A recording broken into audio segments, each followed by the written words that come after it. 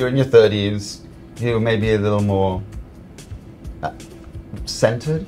I feel more grounded. Yeah, I feel a lot more like comfortable in my skin, and a little bit more relaxed about things. Both in my career, I feel more relaxed. I feel more like, okay, I'm always going to be able to work. I'm always going to be able to put food on the table and find a project to dive into. I'm not scared anymore that is never going to, the fear is kind of left a little bit. Coming off of a show like Idol, there's so much hype, and then depending on how things play out, I didn't know how it was going to go, because I've seen a lot of people come off that show and not do anything. So I was like, I don't want to be one of those, but it could happen. Right. So now, after the last this is the third album, and I've done some TV stuff, and I've been on tour with Queen, and now I feel like, okay, cool, I know I'll always be able to do something. So I feel more confident and more comfortable, and I don't feel like I have to overcompensate or try as hard, which is nice. It's always nice when you get to that point. Yeah. And I think it does come in your 30s for most people, as long as you're following a very authentic trajectory. You kind of shed some of that insecurity you have in your 20s. Yeah. The idea of chasing success becomes less important than chasing fulfillment. Yeah.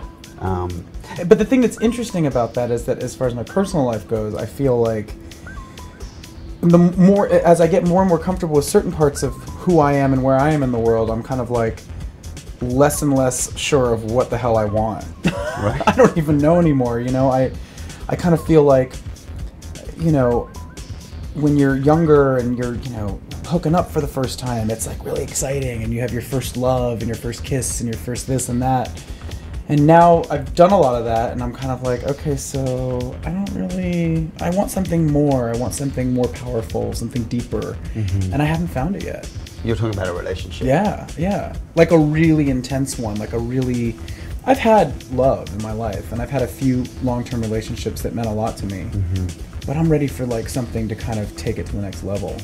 We're on the precipice or cusp of massive transformation where marriage equality will be something that is accessible across all 50 states. Young people your age, millennials essentially, are coming into the world expecting to be able to find love and be married, have children. It's like a possibility. It's like an obvious possibility now. Yeah. I mean, when I was younger and I was first coming to terms with being gay, I didn't understand that marriage was even an option for me. I didn't think about that. Really?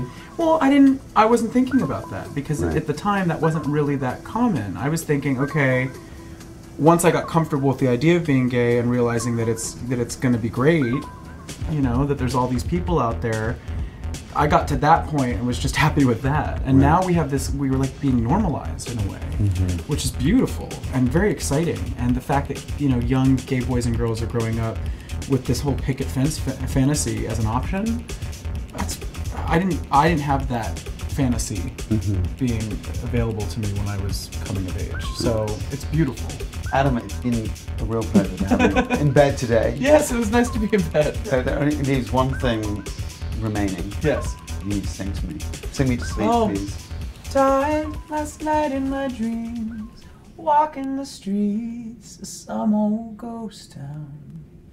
I tried to believe in God and James Dean, but Hollywood sold out.